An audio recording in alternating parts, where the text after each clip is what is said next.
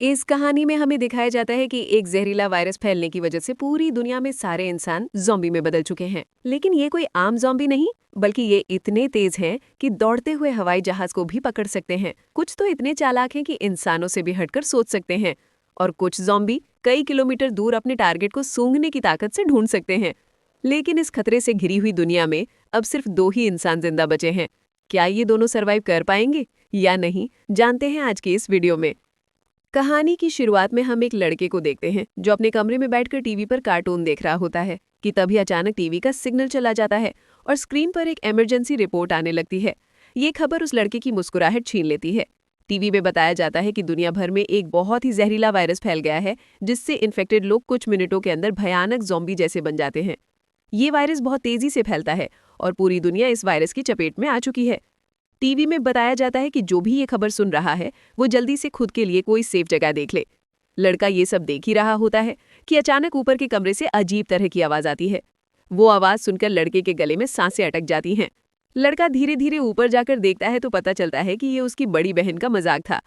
तो उसके बाद ये दोनों लड़के अपनी माँ के कमरे की तरफ जाते हैं और वहां जाकर ये देखते हैं कि उनकी माँ बहुत परेशान है। वो अपने हस्बैंड को फोन करके इस सिचुएशन के बारे में बताती है। उसका हस्बैंड जो एक पायलट है, वो अपने बच्चों और वाइफ को बताता है कि हर तरफ ये वायरस तेजी से फैल रहा है, इसलिए तुम सब घर पर मेरा इंतजार मत करो और जल्दी से किसी तरह करके इस शहर से दूर निकल जाओ। वो अपने बच्चों से कहता है कि परेशान मत हो, तुम्हें कुछ नहीं होगा, तुम्हारी माँ तुम्हें एक सेफ जगह में ले जाएगी। वो अपने हाथ में पहना हुआ लकी ब्रेसलेट अपने बच्चों को दिखाता है, जो कि ये ब्रेसलेट उसकी बेटी एबिगेल ने बनाया था।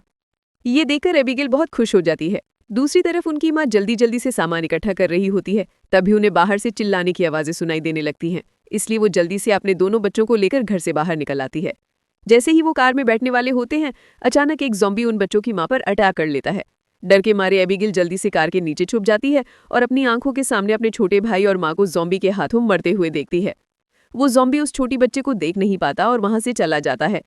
ये छोटी लड़की डर से कांप रही होती है कि तभी वो देखती है कि उसकी माँ भी एक ज़ॉम्बी बन चुकी है। लड़की की माँ अपनी बेटी को देखकर उसकी तरफ बढ़ने लगती है। इससे पहले कि वो अपनी बेटी को मार पाती, ठीक उसी समय पर एक अंकल फरिश्ते की तरह आकर एबिगेल की माँ को मार देता है और एबिगेल को बचा लेता है।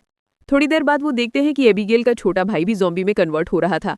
इसलिए वो आदमी लड़की को कान बंद करने के लिए कहता है और उसके ज़ॉम्बी बन चुके छोटे भाई को भी गोली मार देता है। अब इसके बाद 10 साल के बाद का सीन दिखाया जाता है और हम देखते हैं कि ज़ॉम्बी वायरस की वजह से इंसानी सभ्यता पूरी तरह से बर्बाद हो चुकी है। कभी रोशनी से चमकने वाले शहर अब वीरान हो चुके हैं और अब तक सारे इंसान या तो मर चुके हैं या फिर ज़ॉम्बी बनकर इधर उधर भटक रहे हैं, और सिर्फ 2 ही इंसान जिंदा बचे हैं। वो छोटी लड़की एबिगेल, जिसे उस अंकल ने बचाया था। अब वो बड़ी हो चुकी है। उस दिन से लेकर अब तक एबिगेल अंकल जैक की नज़रों में पली बढ़ी और जैक ने उसे ट्रेन करके ज़ॉम्बी से लड़ना सिखा दिया है। उस दिन अगर उसकी लाइफ में जैक नहीं आता तो एबिगेल अब तक मर चुकी होती। इसलिए एबिगेल जैक को अपना पिता मानती है। इतने सालों तक जंगल में अकेले रहने के बाद एबिगेल को बहुत ही लोनली महसूस हो रहा होता है। उसकी सबसे बड़ी इच्छा है कि उसे कोई इंसानी बस्ती मिल जाए जहां वो लोगों के साथ मिलकर रह सके। लेकिन जैक को लोगों के बीच रहना बिल्कुल भी पसंद नहीं। रात को जब वो दोनों जंगल में कैंप लगाकर सो रहे थे, तभी किसी की आवाज से जैक की आंख खुल जाती है। वो धीरे से अपने कैंप से बाहर निकलकर देखता है कि तभी एक ज़ॉम्बी जैक पर हमला कर देता है। लेकिन जैक लगातार गोलियां चलाकर उसे मार देता है और एबिगेल भी वहां पहुंच जाती है। इन दोनों को पिछले 10 सालों से जंगल में ज़ॉम्बीज का शिकार करते हुए इतना एक्सपीरियंस तो हो गया था कि ज़ॉम्बी झुंड बनाकर एक साथ मिलकर रहते हैं। वो समझ जाते हैं कि आसपास और भी जरूर ज़ॉम्बीज होंगे। इसलिए वो जल्दी से यहाँ से निकलने की तैयारी करने लगते हैं और घोड़े पर बैठकर निकल जाते हैं। तभी रास्ते में उनके घोड़े हिनहिनाने लगते हैं। जैक समझ जाता है कि खतरा नजदीक है। दोनों चारों ओर देखते हैं तो दूर एक जीप ज़ॉम्बी से घिरी हुई दिखाई देती है, जहां एक नॉर्मल इंसान खुद को ज़ॉम्बी से बचा रहा था। अब वैसे भी दुनिया में इंसान बहुत ही कम बचे थे, इसीलिए अब इन दोनों को हर हाल में उस आदमी को ज़ॉम्बी से बचाना था। जैक एबिगेल के निशाने का टेस्ट भी लेना चाहता था, इसीलिए वो एबिगेल से कहता है कि तुम इस आदमी को बचाओगी ताकि पता चले कि वो पूरी तरह से ट्रेन हो चुकी है या नहीं। जैक उसे कहता है कि सुकून से टारगेट को निशाने पर करो और फिर उसे शूट कर दो। लेकिन एबिगेल जल्दबाजी में गोली चला लेती है, जिससे वो गोली ज़ॉम्बी के साथ साथ उस सर्वाइवर को भी लग जाती है।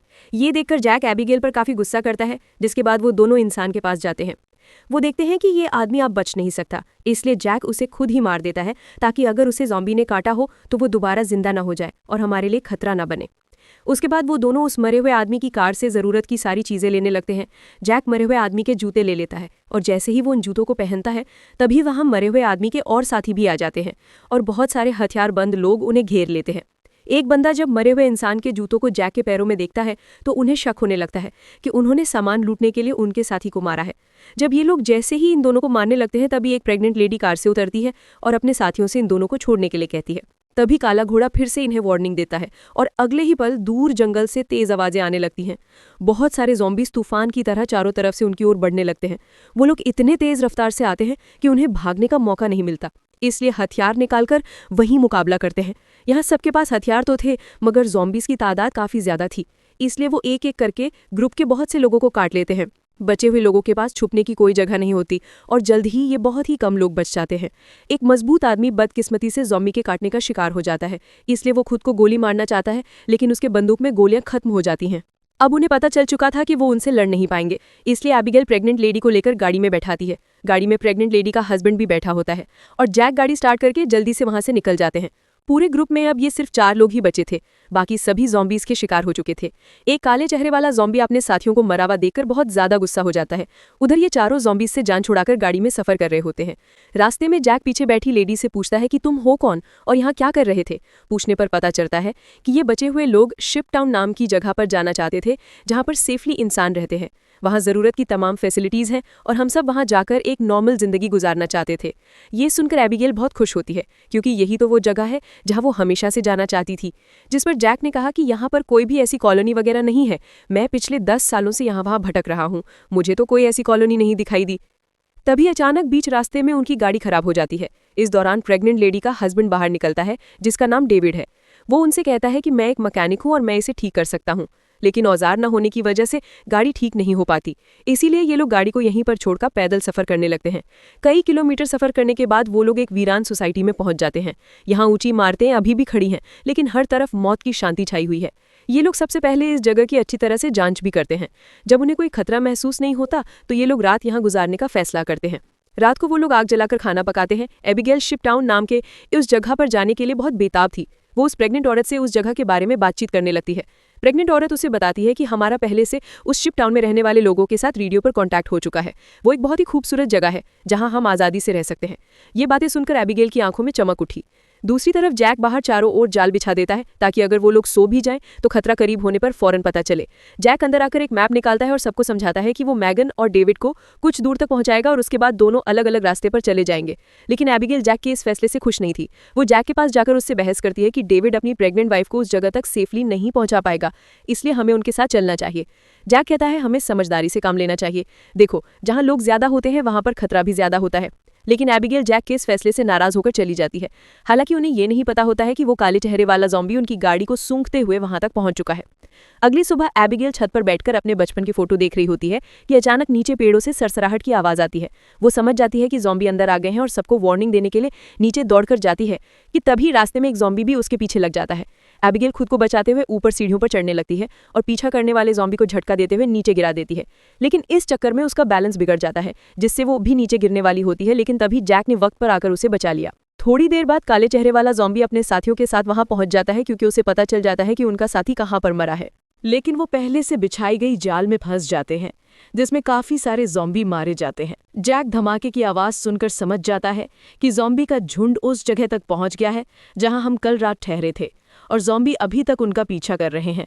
लेकिन अच्छी बात यह थी कि ये लोग उस जगह को छोड़कर वहां से आगे निकल चुके थे। तभी रास्ते में एबिगेल को याद आता है कि थोड़ी दूर पर एक छोटा सा हवाई अड्डा है जहां पर मेरे फादर काम किया करते थे। शायद वहां कुछ हवाई जहाज बचे हों जिससे हम आसानी से शिप टाउन तक पहुंच सकते हैं। लेकिन जैक कहता है कि अगर हम एयरपोर्ट गए तो वो एक खुली जगह है और अगर वहां ज़ॉम्बीज़ ने घेर लिया तो वहां हमारे पास जान बचाने का कोई रास्ता नहीं होगा और मुश्किल है कि हमें वहां एरोप्लेन भी मिल जाए। लेकिन एबिगेल के बार बार कहने पर वो वहां जाने के लिए मान जाता है, जिसके बाद ये लोग एयरपोर्ट आ गए। लेकिन यहाँ पर कोई भी एरोप्लेन नहीं था। जैक कहता है, देखा, मैंने कहा था ना, यहाँ पर कोई भी एरोप्लेन नहीं होगा। लेकिन जब वो लोग वहां पर एक छोटे से गराज में पहुंचते हैं तो गराज का दरवाजा खोलते ही लकीली वहां उन्हें एक छोटा एरोप्लेन मिल जाता है। ये देखकर ये लोग बहुत खुश हो जाते हैं क्योंकि अब उनका शिप टाउन तक पहुंचने का रास्ता आसान हो गया। लेकिन ये हवाई जहाज बहुत दिनों से इस्तेमाल नहीं हुआ था, इसलिए मैकेनिक डेविड कहता है कि उसे ठीक करने की जरूरत है। ज्यादा नहीं, मैं उसे 10 से 15 मिनट के अंदर ठीक कर दूंगा। जब तक डेविड एरोप्लेन को ठीक करता तब तक जैक और एबिगेल एयरपोर्ट में कुछ काम की चीजें ढूंढने लग जाते हैं। तभी डेविड दूरबीन से देखता है कि दूर से बहुत सारे ज़ॉम्बीज आ रहे हैं जो बहुत जल्द एरोप्लेन तक पहुंच जाएंगे। वो लोग दौड़कर आते हैं और उन दोनों को वार्न करते हैं कि हमें जल्दी से एरोप्लेन को स्टार्ट करना होगा, नहीं तो ज़ॉम्बी यहाँ पहुंचकर हमें मार देंगे। एबिगेल जल्दी से पायलट की सीट पर बैठ जाती है, वहां पर मौजूद बुक्स को रीड करती है। उसके फादर पायलट थे, इसलिए उसने अपने फादर से एयरप्लेन को कंट्रोल करने की थोड़ी बहुत जानकारी सीखी थी। और जैक ज़ॉम्बीज को शूट करके उन्हें रोकने की कोशिश करता है। एबिगेल जैसे तैसे करके एरोप्लेन को स्टार्ट कर लेती है, लेकिन तब तक बहुत देर हो चुकी थी। वहां बहुत सारे ज़ॉम्बी रनवे तक पहुंच जाते हैं। उनकी रफ्तार काफी तेज थी और उनमें से एक ज़ॉम्बी एरोप्लेन के दरवाजे तक पहुंच भी जाता है, लेकिन जैक उसे गोली मारकर एरोप्लेन को उससे छुड़ा लेता है और एबिगेल जहाज के कंट्रोल को समझ जाती है। इस तरह से ये लोग जहाज को टेक ऑफ कर लेते हैं। हवाई जहाज में बैठे सभी लोग बहुत खुश हैं क्योंकि वो जल्द ही सीधे शिप पहुंच जाएंगे। लेकिन ये खुशी थोड़ी ही देर की मेहमान थी। जैसे ही ये लोग थोड़ा सा आगे गए तो अचानक जहाज के इंजन में से धुआं निकलने लगा। क्योंकि ये जहाज पिछले 10 सालों से हवा में सफर नहीं कर पाया था, इसलिए इसका इंजन ब्लास्ट हो जाता है और प्लेन नीचे की तरफ जाने लगा। जैक समझदारी से काम लेते हुए एरोप्लेन का एक पेड़ में क्रैश लैंड करता है, जिससे उन्हें थोड़े बहुत चोट तो आ जाते हैं, पर इनकी जान बच जाती है। प्लेन तो अब इस्तेमाल लायक नहीं बचा था, इसलिए अब उन्हें दोबारा फिर से पैदल सफर करना पड़ेगा। काफी दूर तक पैदल चलने के बाद वो लोग एक सुनसान रेलवे स्टेशन तक पहुंच जाते हैं। रात हो चुकी थी। ये लोग आसपास खतरा चेक करते हैं।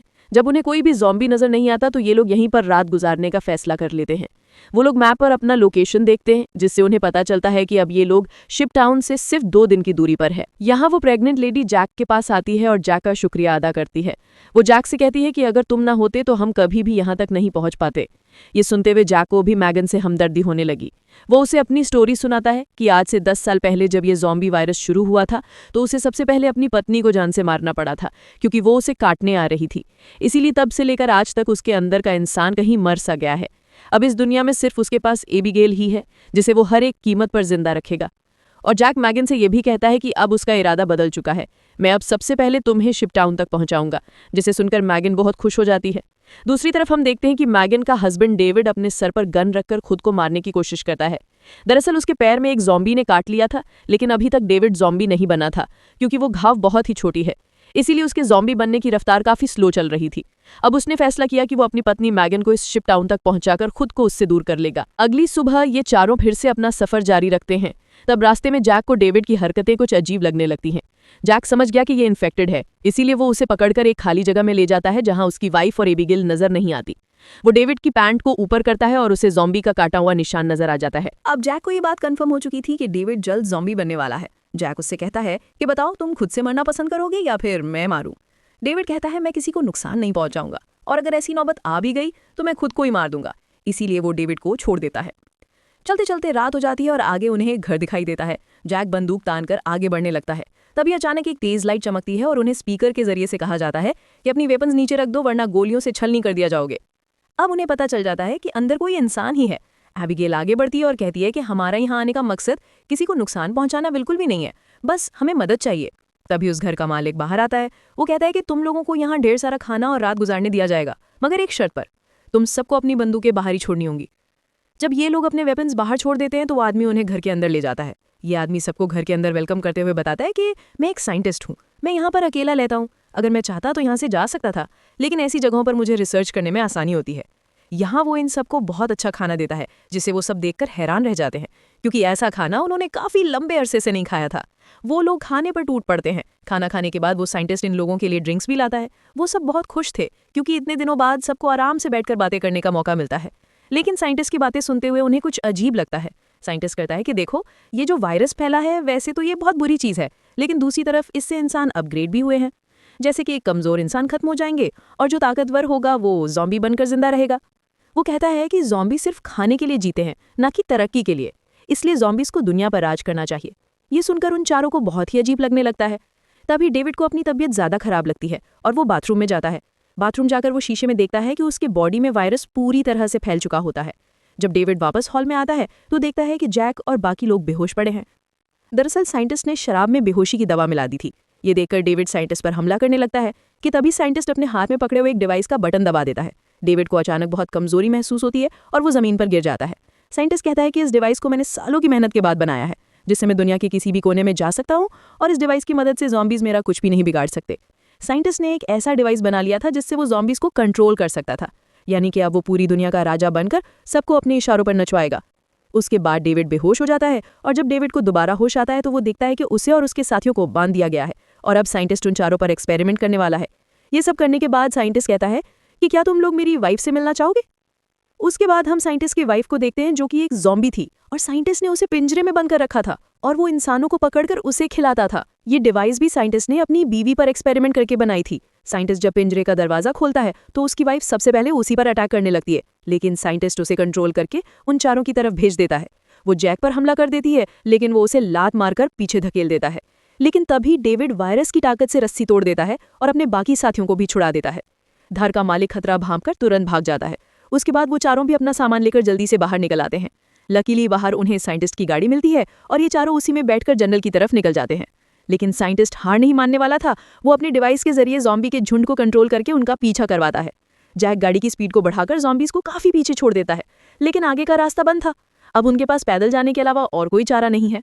थोड़ा सा आगे पैदल चलने के बाद ज़ॉम्बी दोबारा उन तक पहुंच जाते हैं।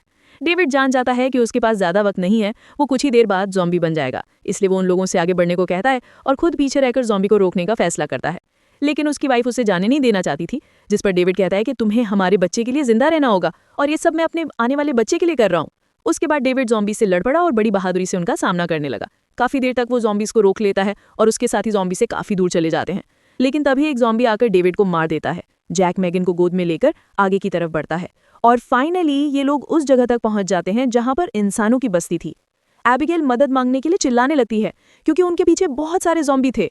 ऊपर टावर पर बैठे 2 पहरेदारों ने उन्हें देख लिया और वो अब स्नाइपर से ज़ॉम्बीज को शूट करके उन्हें कवर देने लगे। जल्दी उन लोगों के लिए एक बोट भी भेजी जाती है और ये तीनों उस बोट में बैठकर शिप टाउन के अंदर पहुंच जाते हैं।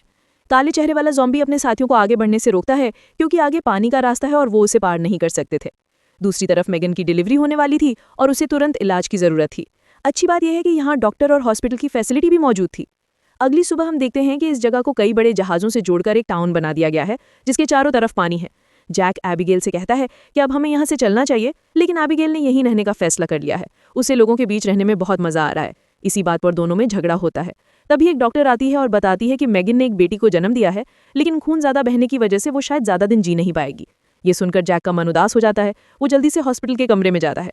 मैगन बहुत कमजोर हो चुकी है और वो अपनी बेटी को जैक के हवाले करना चाहती है और वो चाहती है कि वो भी एबिगेल की तरह बड़ी हो। जैक को अपनी मरी हुई वाइफ की याद आती है और मैगन की बेटी को अपने पास रखने के लिए तैयार हो जाता है। इधर एबिगेल एक हैंडसम लड़के के साथ एंजॉय कर रही होती है। उसने कभी सोचा भी नहीं था कि इतने सारे लोग एक साथ बैठकर शराब पी सकते हैं और खूबसूरत मंजीर पर जमकर नाच गा सकते हैं, इसलिए उसका यहीं रुकने का इरादा और भी पक्का हो जाता है। थोड़ी देर बाद एबिगेल उस हैंडसम लड़के को चुपके से केबिन में जाते हुए देख लेती है। उसने देखकर वो भी अंदर चली जाती है। वहां पहुंचकर वो देखती है कि ये केबिन पूरी तरह से तारों और बमों से भरा हुआ है। वहां एक वायरलेस स्विच भी लटका हुआ होता है। जैसे ही वो स्विच को टच करती है तभी वो लड़का भाग कर आता है और बताता है कि उन्होंने शिप टाउन के नीचे बम लगाए हैं। अगर कभी ये जगह खतरे में पड़ती है तो लोग उस रास्ते से भाग जाएंगे और बाहर से इस जगह को उड़ा देंगे। लेकिन दोनों को बिल्कुल भी अंदाजा नहीं होता कि ये दिन इतनी जल्दी आ जाएगा। वो साइंटिस्ट गुस्से में वहां तक पहुंच जाता है। वो देखता है कि इन लोगों ने बहुत सारे ज़ॉम्बीज को मार दिया है जिनके सहारे वो इस दुनिया पर राज करना चाहता था। वो अपने कंट्रोल डिवाइस के जरिए उस काले चेहरे वाले ज़ॉम्बी राजा को अपने कंट्रोल में कर लेता है। साइंटिस्ट की मदद मिलने के बाद शिप टाउन के नीचे का पानी अब उन्हें नहीं बचा सकता था। बहुत सारे ज़ॉम्बीज पानी के नीचे से उन शिप्स पर पहुंच जाते हैं और लोगों पर अचानक अटैक कर लेते हैं, जिनमें से बहुत से लोग मारे जाते हैं। लोगों में हलचल मच जाती है। इधर जैक को भी इस बात का पता चल जाता है कि ज़ॉम्बीज ने अटैक कर लिया है। जैक को एबिगेल की चिंता होने लगती है और वो उसे ढूंढने लग जाता है। वो ज़ॉम्बीज को मारते हुए आगे बढ़ता है और आखिरकार वो एबिगेल को ढूंढ लेता है। दूसरी तरफ सन की साइंटिस्ट भी शिप पर पहुंच जाता है और एबिगेल को पंच मारकर नीचे गिरा देता है। ये देखकर जैक गुस्से में आकर साइंटिस्ट की तरफ दौड़ने लगता है कि तभी एक ज़ॉम्बी बीच में आकर उसे धक्का देकर नीचे टंक में फेंक देता है और वहां वो साइंटिस्ट भी पहुंच जाता है और जैक से बदला लेना चाहता है। वो जैक को लात मारकर गिरा देता है, लेकिन जैक को पता था कि साइंटिस्ट से लड़ना फिजूल है, इसीलिए वो साइंटिस्ट पर हमला करके उसके हाथ में लगे डिवाइस को दीवार से मारकर तोड़ देता है। अब साइंटिस्ट के पास ज़ॉम्बीज को कंट्रोल करने की पावर नहीं रही, जिसके बाद बूढ़ा साइंटिस्ट जल्द ही ज़ॉम्बी का शिकार बन जाता है। अच्छी बात यह थी कि इस कैंप में पहले से ही भागने का रास्ता बना हुआ था। बहुत सारे बचे हुए लोग सुरंग के रास्ते नदी के दूसरे किनारे पर पहुंच जाते हैं। जब वो बम चालू करने वाले होते हैं तो वो हैंडसम लड़का बटन नहीं दबाता क्योंकि एबिगेल अभी भी शिप पर है। अब जैक और एबिगेल बाहर की तरफ भागने लगते हैं, लेकिन पीछे से ज़ॉम्बी राजा एबिगेल को पकड़ लेता है। तभी जैक तेजी से उस ज़ॉम्बी को लकड़ी से सर पर मार देता है, जिससे वो पीछे गिर जाता है। अचानक एबिगेल की नज़र गलती से उस ज़ॉम्बी राजा के हाथ में बंधे वो ब्रेसलेट पर पड़ती है। ये वही ब्रेसलेट था जो उसने बचपन में अपने हाथों से अपने पिता के लिए बनाया था।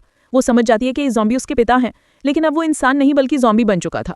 यहाँ पर जैक उसे हाथ से पकड़कर जबरदस्ती खींचकर भागने को कहता है। वो हैंडसम लड़का दोनों को भागते हुए देखकर तुरंत वायरलेस रिमोट का बटन दबा देता है और पूरा शिप टाउन राख में बदल जाता है। हालांकि इन सब की लड़ाई भी खत्म नहीं हुई थी। कैम्प का सरदार अपनी गर्दन पकड़कर आता है क्योंकि लड़ाई में उसे ज़ॉम्बी ने काट लिया था। वायरस के फैलने से पहले ही काले चेहरे वाले ज़ॉम्बी ने उस पर हमला कर दिया। हैरानी की बात यह थी कि ज़ॉम्बी राजा भी धमाके में बच गया था। जैक तुरंत दौड़कर उस ज़ॉम्बी राजा से लड़ने लग जाता है, लेकिन जैक ज़ॉम्बी राजा के सामने कमजोर पड़ रहा था। इसीलिए एबिगेल जमीन से बंदूक उठाती है, और ये जानते हुए भी कि सामने खड़ा ज़ॉम्बी राजा उसका पिता है, लेकिन वो पालने पोसने वाले जैक को मार रहा था। इसलिए एबिगेल बिना सोचे समझे उस काले चेहरे वाले ज़ॉम्बी राजा को गोली मार देती है, क्योंकि अगर वो उसे गोली नहीं मारती तो वो ज़ॉम्बी राजा वहां पर मौजूद सब लोगों को मार देता। उसके बाद जैक और एबिगेल गले लगते हैं, और अब जैक, एबिगेल और बचे हुए लोग दूर समुद्र में एक सुनसान द्वीप की तरफ देखते हैं और वहीं एक नई इंसानी बस्ती बसाने का फैसला करते हैं। इसी के साथ ये कहानी खत्म हो जाती है। अगर वीडियो आपको अच्छी लगी हो तो हमारे चैनल को सब्सक्राइब और वीडियो को लाइक जरूर कीजिएगा।